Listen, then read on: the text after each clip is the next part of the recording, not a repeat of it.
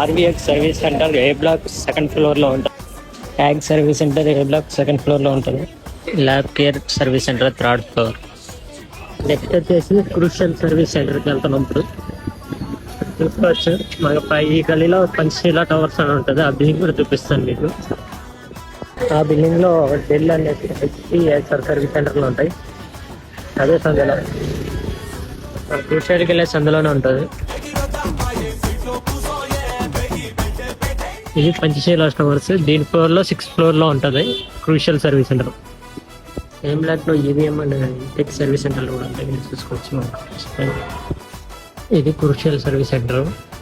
లోపలికి ఫోన్లు ఎలా ఉందో ట్రై చేద్దాం చూపించడానికి. ఇది ఎదురు టీవీఎస్ ఉంది చూడండి. టీవీఎస్ బోర్డు కనపడుతుంది.